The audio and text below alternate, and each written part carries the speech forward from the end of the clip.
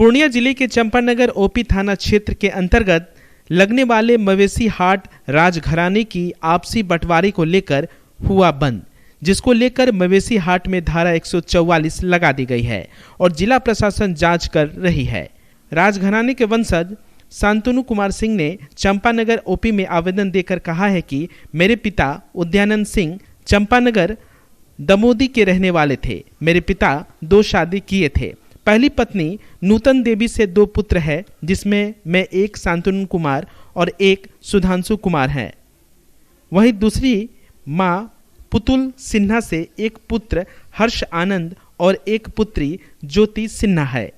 वहीं पहली पत्नी के पुत्र शांतनु ने आरोप लगाते हुए कहा है कि मेरी पुश्तैनी जमीन को मेरी मर्जी के बिना बेचा जा रहा था, जिसकी जानकारी हमें मिली तो तुरंत जाकर बेचने से रोका और साथ ही अपना हिस्सा मांगा। हिस्सा नहीं दिए जाने को लेकर शांतनु कुमार सिंह ने चंपानगर ओपी थाने में आवेदन देकर न्याय की गुहार लगाई है और जिला प्रशासन से अपनी पुश्तैनी जमीन में हिस्सा दिलाने की मांग कर रहे हैं। शांतनु कुमार ने क्या कहा, आइए हम उनकी जुबानी सुनते हैं। मामला ये है कि ये चंपानगर डोडी मेरा घर हुआ। मेरा नाम शांतनु कुमार सिंह हुआ। ठीक है, मेरे दादाजी का नाम राजकुमार श्यामानंद सिंह, स्वर्गीय राजकुमार श्यामानंद सिंह, और मेरे पिताजी का नाम है उदयानंद सिंह। ठीक है, और मैटर ये है कि मेरे फादर की शादी हुई थी। उसके बाद मैं 83 में बॉर्न हुआ था। ठीक है, 81 में शादी हुई थी। उसके बाद 83 से लेकर आप लगाइए 1991 92 तक सब ठीक था परिवार में। दोनों में, मेरे मदर और मेरे फादर में बीच में छोटे मोटे डिस्प्यूट्स होते रहते थे, फिर जो कि जनरली हर घर में होते हैं। फिर दादाजी रहते थे तो बीच में मीडिएशन करके, कोशिश करके सुलह कर, लेकिन अल्टीमेटली जब नहीं कुछ हुआ तो 1992 में दोनों ने डिवोर्स लेने का स्टेप उठाया और डिवोर्स होने के बाद सेपरेशन में दोनों चले गए।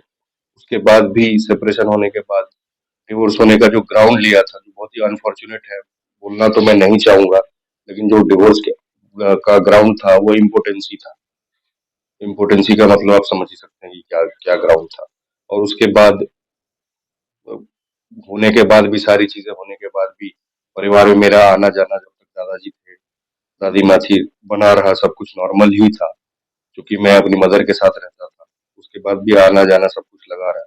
1996 में मेरे ग्रैंडफादर का देहांत हो जाता है। उसके बाद तक भी मैं जाता आता था जब तक मेरी दादी थी। उसके जब दादी का डेथ होता है 2001 या 2 में, उसके बाद जाना आना थोड़ा कम हो जाता है, बंद हो जाता है। बाकी परिवार में सबसे बातचीत होती रहती है इस बीच, तो उस टाइम तक ठीक था। लेकिन इसके बाद जो मेरी स्टेप मदर है, उन्होंने अपना असली रंग दिखाना शुरू किया। जब मैं यहाँ से अपनी हायर स्टडीज के लिए अपनी मदर के साथ और फर्दर अपने प्रोफेशन को आगे बढ़ाने के लिए यहाँ से चला गया, तो इन्होंने अपना रंग दिखाना शुरू किया। और जितनी प्रॉपर्टीज है, बेसिकली ये प्रॉपर्टी जो है ये लालच का मामला है और कुछ नहीं है। जो कि मेरा स्टैंड बहुत क्लियर है कि मेरे पिताजी ने अपने एंड से एक चीज भी अर्जित नहीं की है। उनका पापा शादी कब से किए थे? वो 1 साल बाद ही, इमीडिएटली डिवोर्स के 1 साल के बाद, और 1 साल के बाद ही दूसरा बच्चा होता है। वो उनसे पहला बच्चा होता है, हर्ष होता है उसका नाम। तो ये जो ग्राउंड है वो अपने आप में ही बहुत बिजार और बहुत ही अजीबोगरीब बात है। तो क्या रहा कि क्या ऐसा इलाज हो गया उनका कि उनकी इम्पोर्टेंसी बोलना नहीं चाहिए। फिर मैं बोल रहा हूँ कि जिस ग्राउंड को मेरी स्टेप मदर बार बार इस समाज में उछाल रही है, उनसे ज्यादा लोग आज भी मेरे संपर्क में है समाज के, और मुझे लोग जानते हैं। उस घर में पहले मैं आया, फिर मेरी स्टेप मदर आई। तो फिर इस बात पर तो उनकी जो सेकंड मैरिज के बाद जो बच्चे हुए, उनकी भी आइडेंटिटी क्राइसिस है कि वो कहाँ से हो गए। एक आपकी जो सेकंड मदर जो है, उसका क्या कहना है?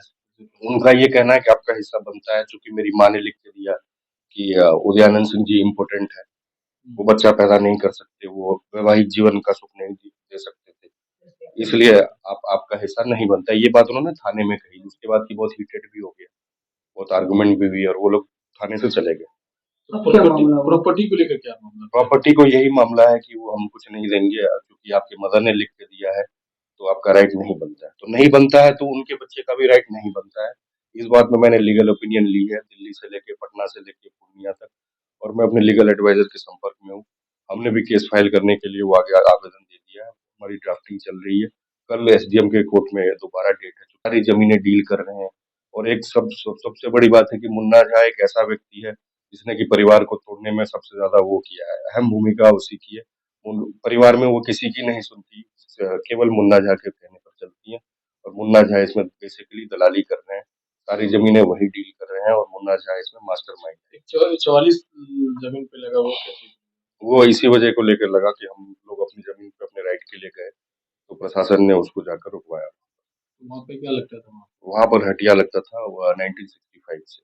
क्या मांग करते हैं जिला प्रशासन? जिला प्रशासन से यही मांग है कि न्याय दिया जाए। मैं इतनी दूर से यहाँ पर आया हूँ, मैं अपनी जमीन को छोड़कर नहीं जाना चाहता हूँ। यहाँ पर सब कुछ बेचने के फिराक में ये लोग, मैं अपनी धरती, अपनी मिट्टी को नहीं छोड़ के जाऊंगा इस तरीके से।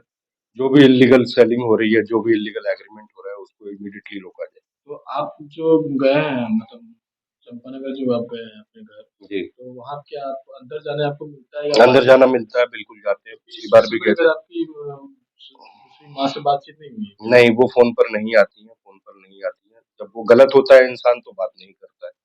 आज तो की सीधा क्या कहना है? उसका सीधा कहना है कि हमको कोई बात नहीं करना है। आपके जबकि जो कि 2017-18 में हमसे लगातार बात कर रही थी, उनका पुत्र, मेरा स्टेप ब्रदर भी मेरे से बात कर रहा था।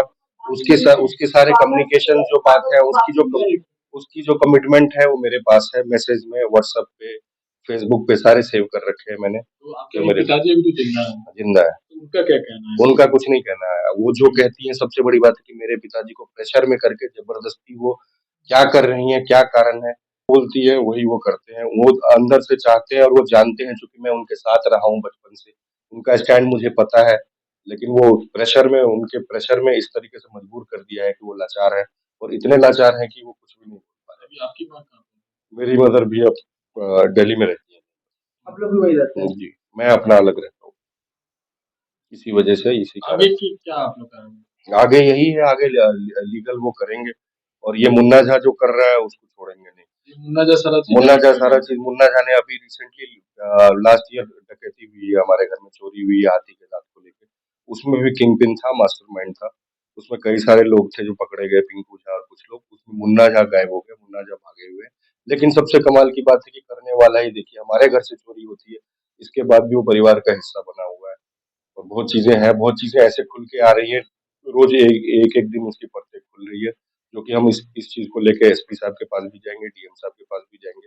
कई इलीगल एक्टिविटीज कर रहे हैं मुन्ना झा, तो हमारे पास दस्तावेज आ चुके हैं, और जो भी आ रहे हैं जैसे जैसे लेके हम एसपी साहब के पास इस बारे में भी मुन्ना झा को वो करने के लिए, एक्सपोज करने के लिए, बेसिकली मुन्ना झा जो इलीगल एक्टिविटीज कर रहे हैं, जमीन में एग्रीमेंट, कहीं सुनने में आया, कागज भी है हमारे पास अभी कुछ है कि मुन्ना झा गलत नाम से रिसीवर बनकर कहीं से जमीन अपने उसमें ट्रांसफर भी करा रहे हैं।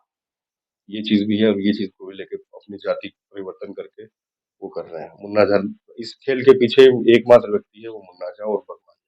Aryabhata institute of technical education, जो आपको देता है 100% जॉब की गारंटी। अब आप भी बन सकते हैं ग्रामीण डॉक्टर। जी हाँ, आर्यभट्ट लेकर आया है CMS and ED course. CMS and ED course करें और ग्रामीण डॉक्टर बने। रेगुलर एंड डिस्टेंस कोर्स करने के लिए आज ही संपर्क करें Aryabhatta institute of technical education, Kaptan Para, near Durga मंदिर, पूर्णिया। Contact number 7739023553।